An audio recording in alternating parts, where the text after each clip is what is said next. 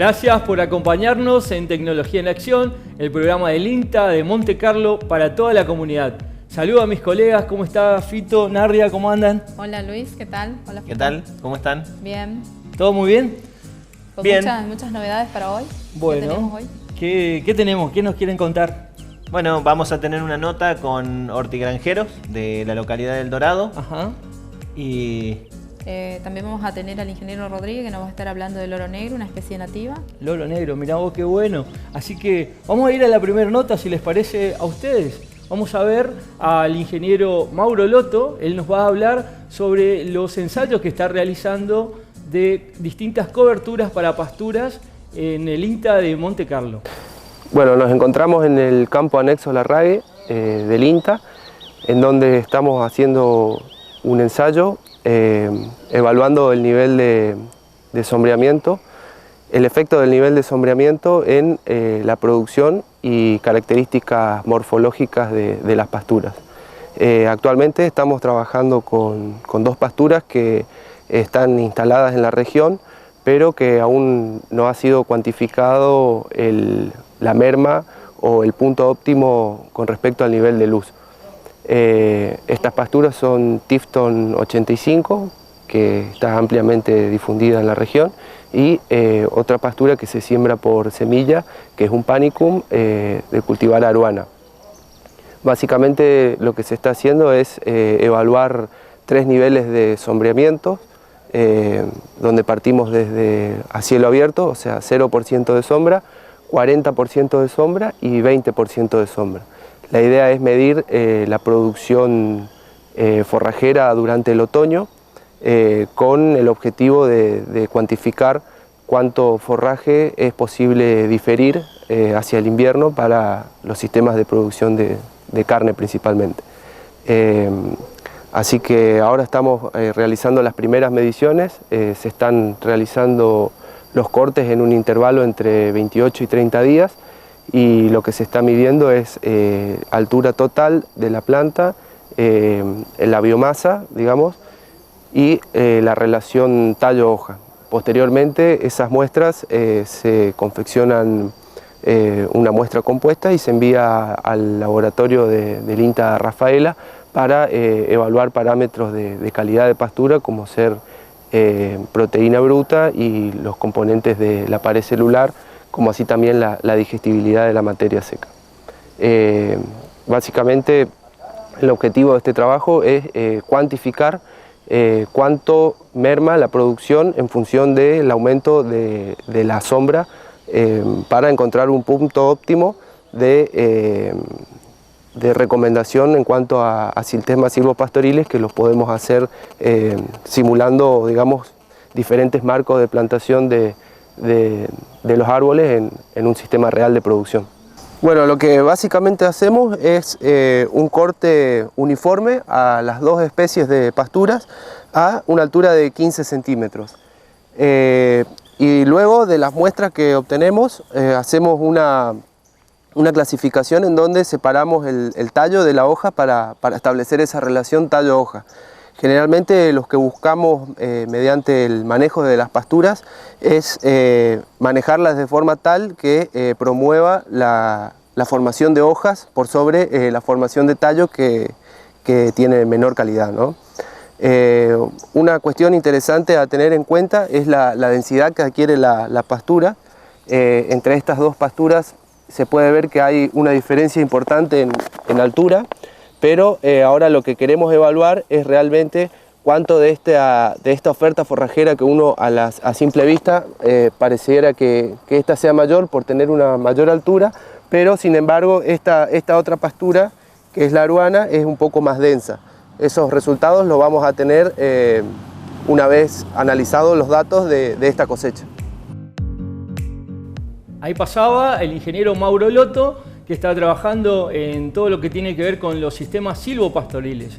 Así es, Nardia. Sí, sobre todo resaltar, ¿no es cierto?, la importancia que tiene la cobertura del dosel, sobre todo, como mencionaba el ingeniero, en lo que es pasturas, ¿no es cierto? Claro, claro. O sea, la pregunta siempre que tiene el productor cuando tiene estos sistemas silvopastoriles es hasta qué punto poner árboles, ¿no? Porque cuanto más árboles, evidentemente, los pastos se resienten, ¿no?, por la sombra que van a tener. Entonces es muy interesante lo que hace Mauro, es evaluar los distintos niveles de sombreado sobre los pastos.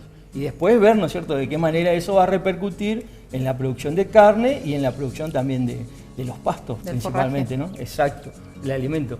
Así que así terminamos este primer bloque y quédense ahí que ya volvemos con más tecnología en acción.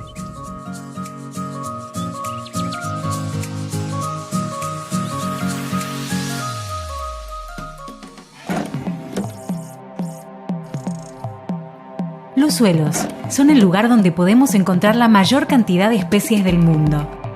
El 95% de los alimentos que consumimos las personas provienen del suelo. Pero los procesos de degradación amenazan su propia vitalidad. Un suelo puede degradarse en pocos años tras un uso agrícola inadecuado, pero existen prácticas para cultivarlos sin dejar de protegerlos.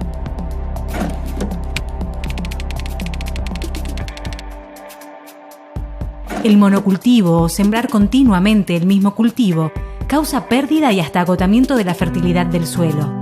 Por el contrario, rotar entre distintos cultivos mejora las condiciones del suelo. En el ciclo de cada cultivo es necesario tener en cuenta cuál es el balance de nutrientes del suelo. Las plantas absorben nitrógeno, fósforo, potasio, azufre y calcio que luego son exportados por las cosechas. El nitrógeno puede perderse por volatilización o por percolación. El proceso de fijación biológica incorpora nitrógeno al suelo. Es importante conocer el balance de todos los nutrientes para reponerlos a través del uso de fertilizantes. Otra práctica que debe incorporarse es el conocimiento de los procesos biológicos que se dan alrededor de un cultivo sano. Con un monitoreo constante de plagas, malezas y enfermedades, se consigue un manejo sanitario cada vez más sustentable. La siembra directa permite que los rastrojos del cultivo queden en la superficie hasta la próxima siembra. Así, se reduce la evaporación y escurrimiento superficial del agua. Los rastrojos de maíz o de trigo devuelven grandes cantidades de carbono al suelo. De esta manera, las rotaciones, la reposición de nutrientes, el control biológico y la siembra directa ayudan a tener un mayor manejo del suelo, un recurso estratégico del que depende nuestra vida y la de las futuras generaciones.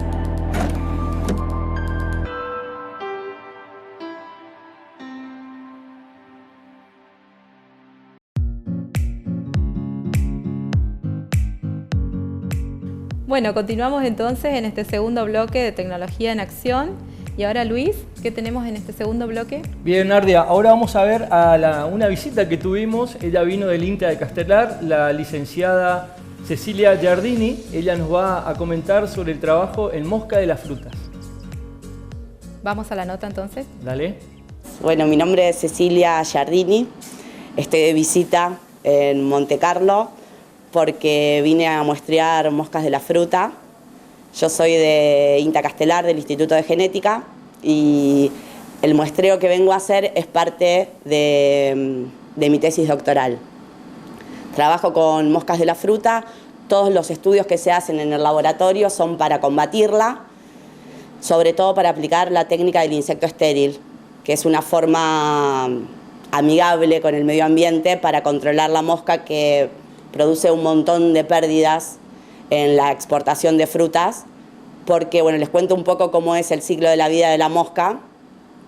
La mosca adulta hembra pincha la fruta y deposita sus huevos.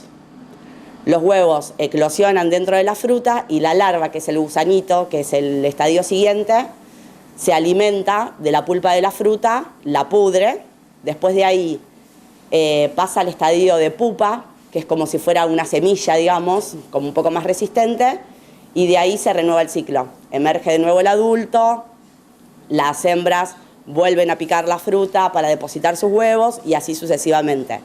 Entonces, los trabajos apuntan a controlar esta plaga porque produce muchas pérdidas económicas.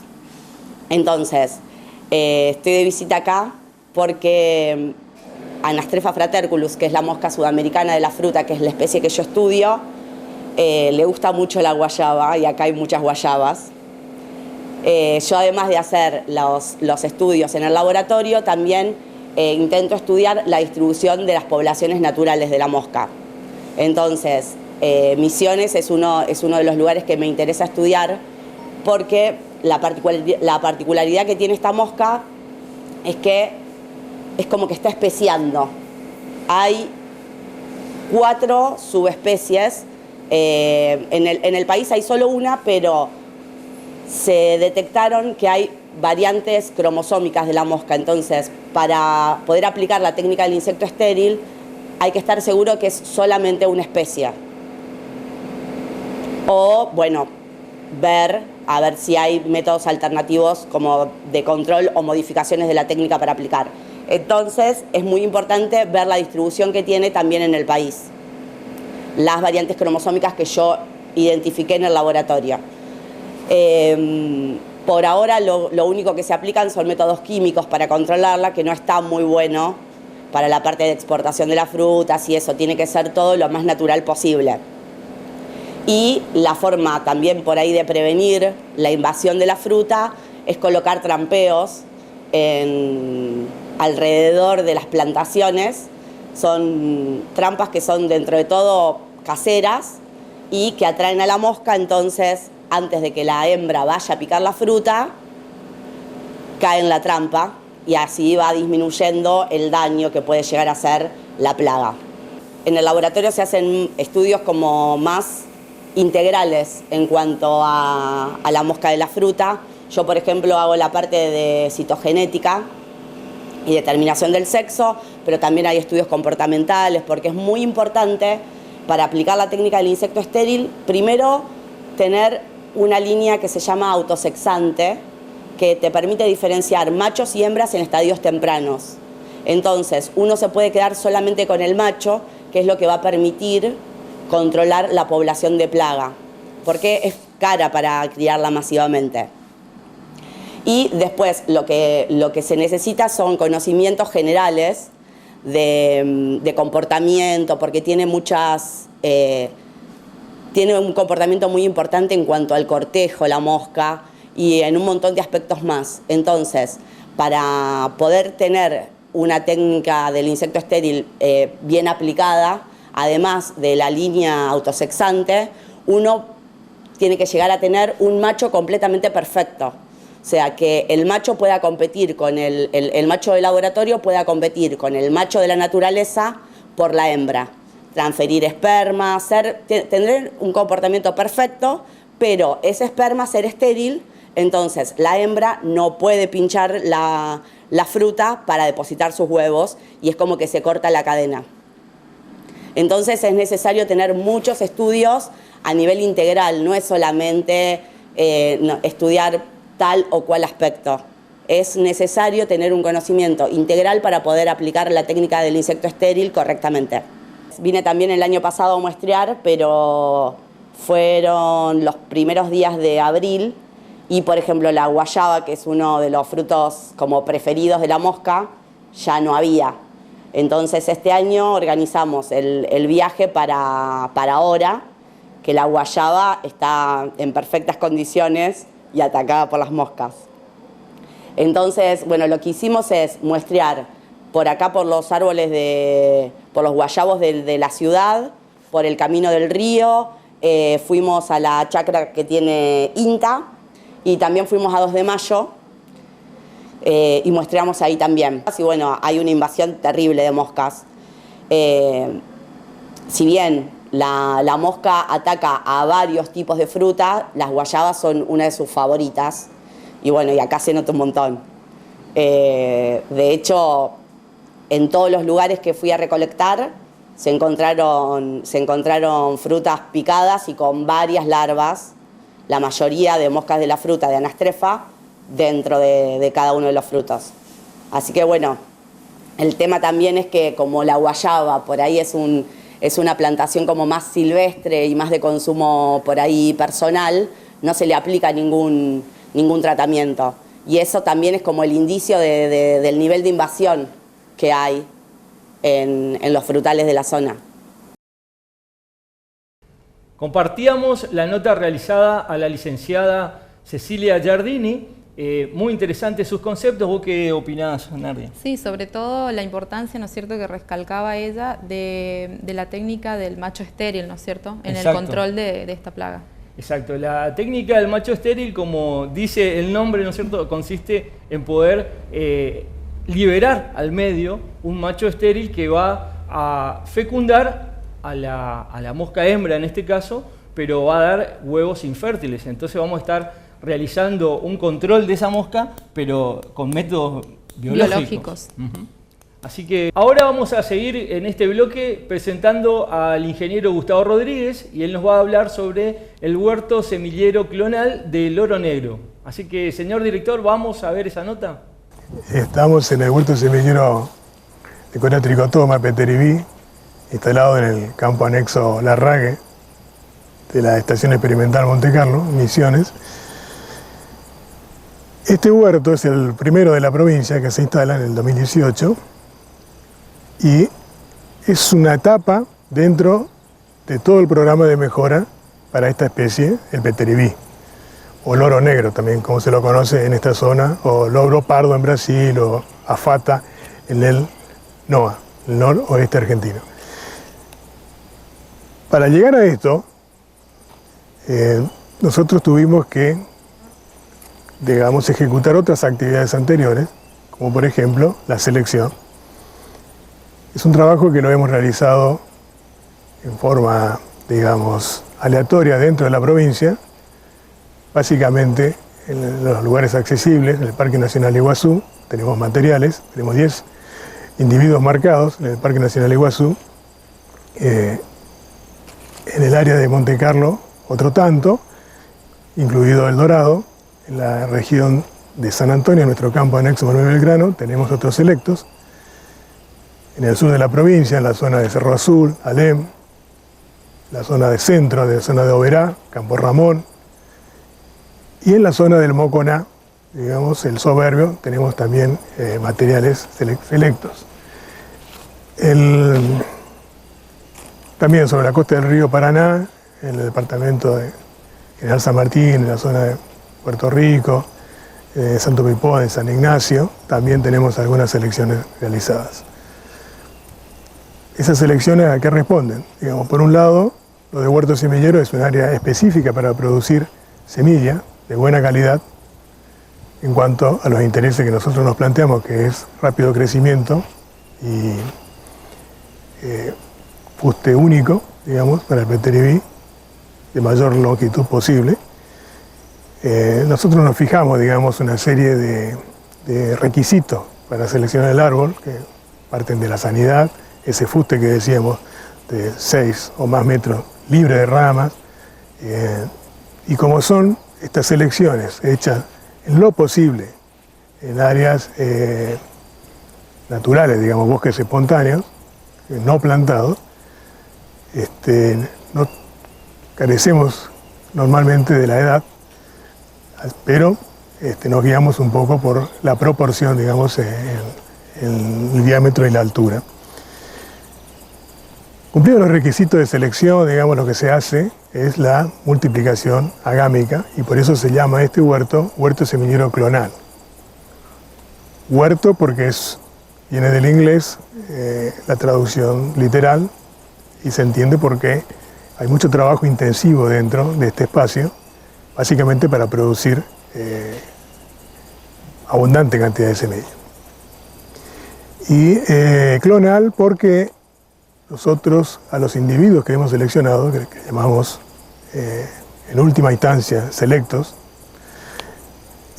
les extraemos, cosechamos, por así decirlo, el extremo de una rama, la parte le llamamos vegetativa, que permita injertarse en otro individuo, un plantín, digamos, de 2 años, prende, por así decirlo, en la púa, que le llamamos que es el extremo de la ramita, y pasa a ser, nosotros le llamamos un rameto, digamos, un nombre que le damos al material ya injertado, al plantín nuevo, por así decirlo, que tiene un pie desconocido, y la parte aérea es la parte vegetativa del árbol selecto. Eso es un clon. Por eso, ¿qué es un clon? Digamos, es la réplica de otro individuo idéntica desde el punto de vista genético. Lo traemos al campo y permitimos que haya un cruzamiento. En este caso va a ser de polinización libre, quiere decir que se cruzan entre ellos. Esta especie es alógama, quiere decir que necesita de otro ejemplar diferente para poder producir semilla viable, semilla que va a producir después otro individuo.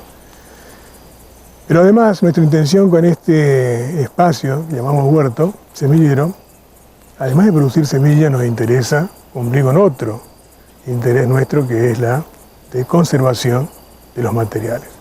O sea que estamos hablando de un doble propósito para algo que normalmente es más simple, digamos.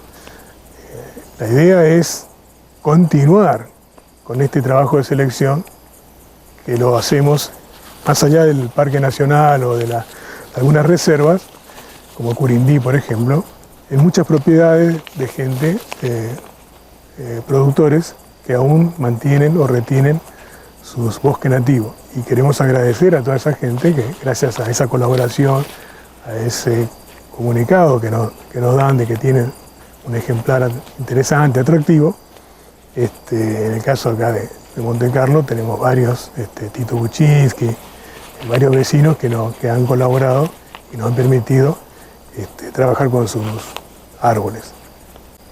En este momento estamos continuando con la plantación de incorporación de nuevos clones, los últimos, que los hicimos en la localidad de Monte Carlo, y es un proceso que recién se inicia. Lo vamos a continuar, tenemos un poco más de espacio como para seguir ampliándolo, así que toda contribución de los vecinos que nos puedan brindar sobre contarnos dónde ven individuos sobresalientes del oro negro, Peteribí, les los vamos a agradecer. Y cuando sepamos la disponibilidad de semilla, se lo vamos a comunicar también, oportunamente. Así que veíamos la nota al ingeniero Gustavo Rodríguez, muy interesante, ¿no, Nardia? Sí, sobre todo recalcar, ¿no es cierto?, que es, como él mencionaba ahí, el primer huerto semillero clonal de esta especie en la provincia, ¿no es cierto? Y sobre todo el objetivo principal, que es la producción de semilla y la conservación de la especie, ¿no?, que es una especie nativa de nuestra flora misionera. Muy bien. Bueno, ahora los invitamos entonces a una pausa, quédense con nosotros y enseguida volvemos con más tecnología en acción.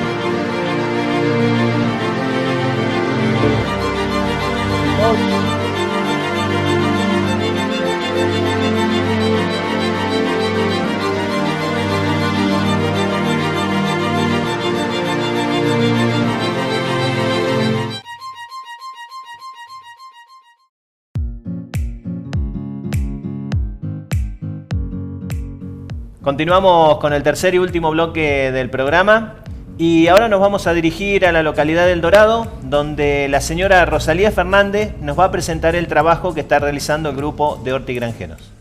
Y nació la idea de, como éramos promotores de ProHuerta, bueno, nos reunimos y se comenzó a comentar de la situación, ¿no es cierto? Ya como nosotros ya todos somos promotores de ProHuerta, estábamos así más enterados de lo que fue la situación económica y todo eso. Eso fue en el 2006.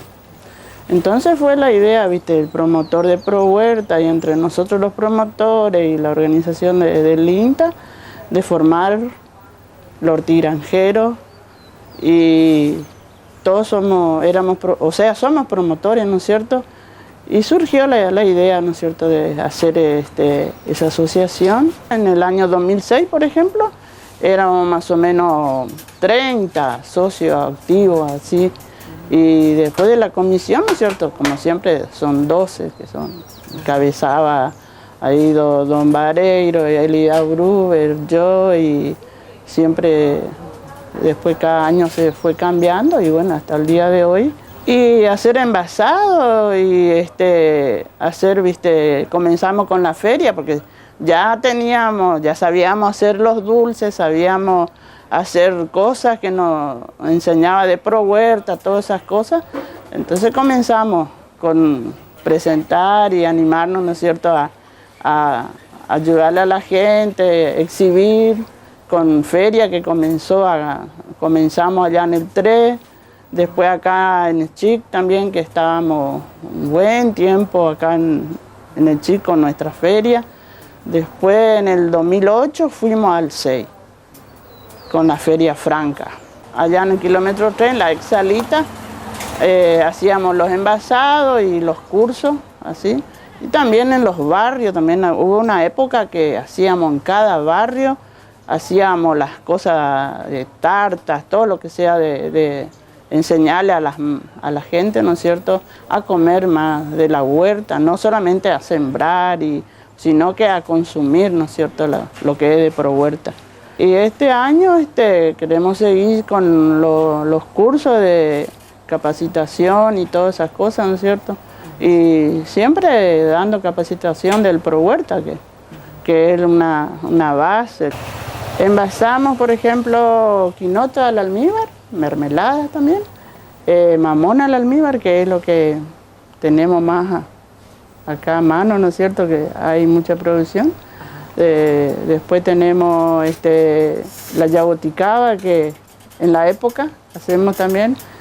Ahora se implementó el limón.